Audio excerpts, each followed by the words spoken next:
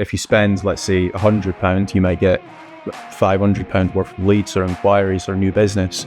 In some cases, a lot of the time, you can just do more damage. First of all, don't panic. What you should probably be focused on, again, going back to the holistic SEO, analysing the winners, analysing the losers, and figuring out what the winners have in common and what the losers have in common. Just try and think outside the box and future-proof your website with other sources of traffic.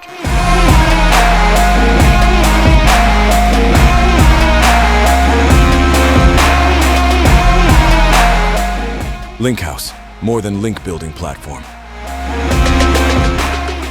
Hello everyone, this is Marta from Linkhouse. Please say hello to my guest today. It's Kasra Dash. Did I pronounce it right? Yes, you did, yeah. Thank you. Thank you for having me.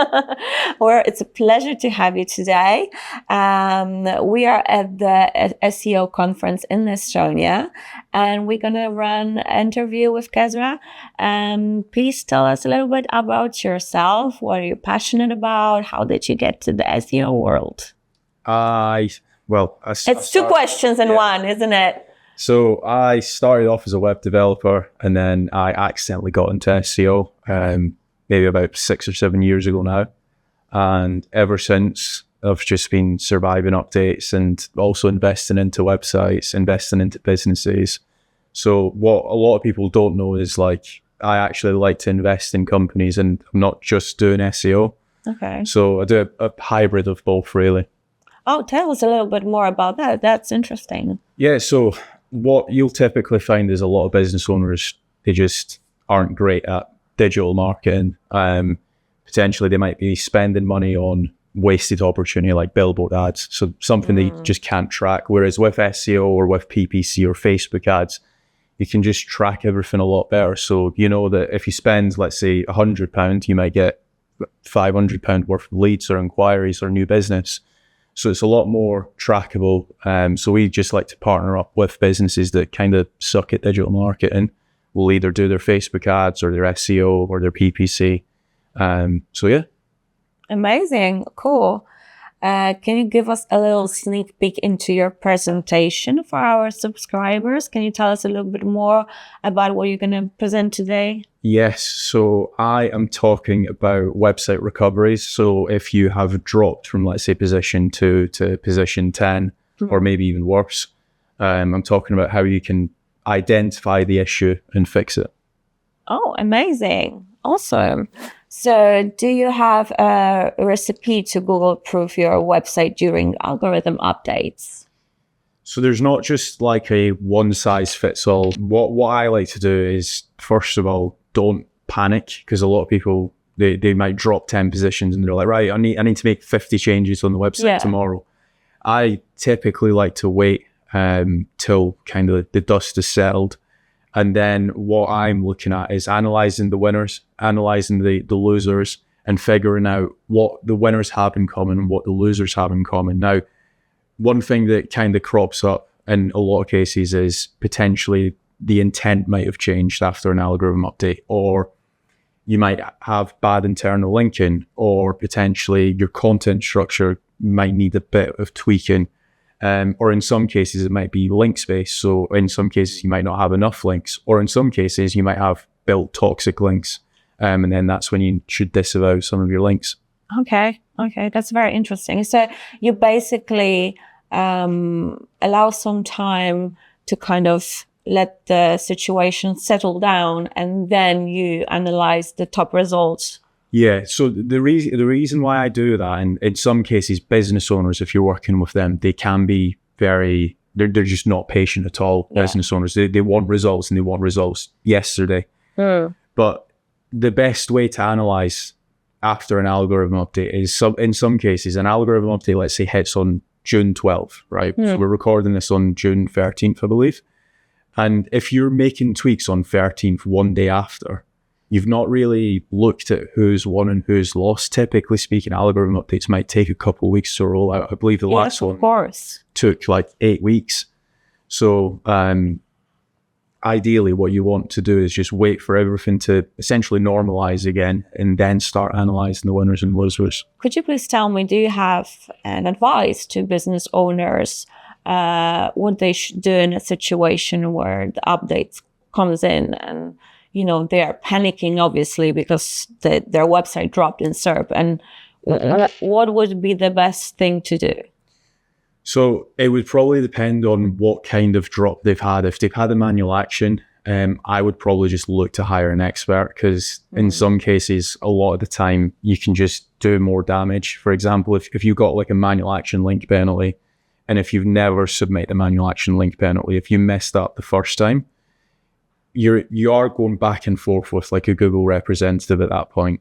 And if they feel like you are wasting their time, the second time you do a reconsideration request, it's just going to take a longer period of time. So if you want your website to essentially get fixed, just hire an expert for that.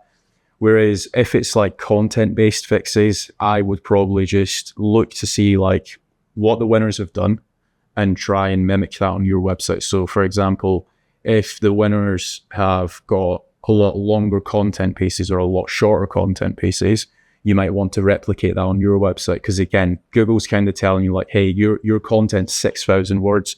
The guys that have actually won after the algorithm update, their content's only 500 words. So it's kind of telling you like, right, you need to change your content structure to only have 500 words or 5,000 words if it's vice versa.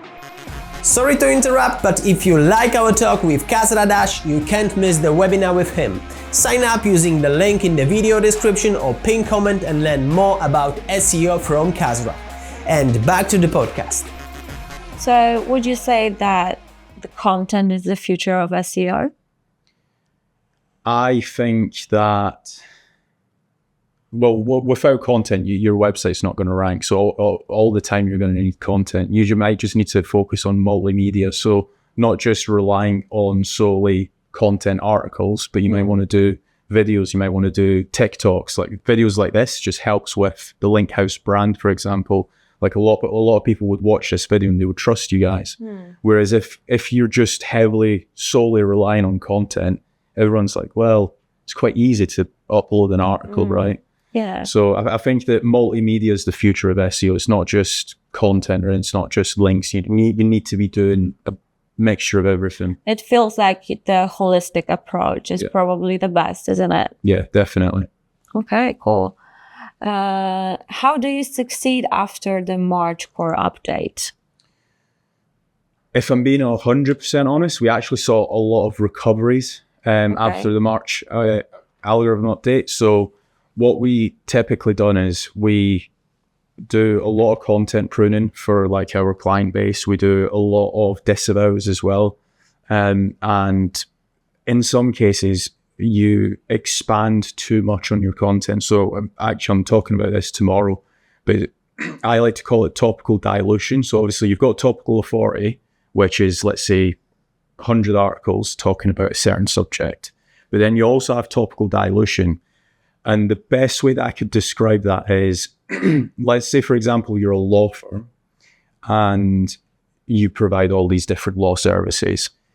You wouldn't write about like how much the lawyers make, because that's probably more relevant to a job-seeking website as opposed to a law firm. So in some cases, you've expanded past your topical borders. You're talking about irrelevant articles on your website. And then Google kind of then gets confused and they're like, well, are they a law firm? Are they a job-seeking website? What's or is it about finances? Yeah. It could be that as well. Exactly. So then you've got essentially just, you're giving Google mixed signals, I like to call it. So they just don't know what your website's ranking for or what the core focus is, and they just tank your website.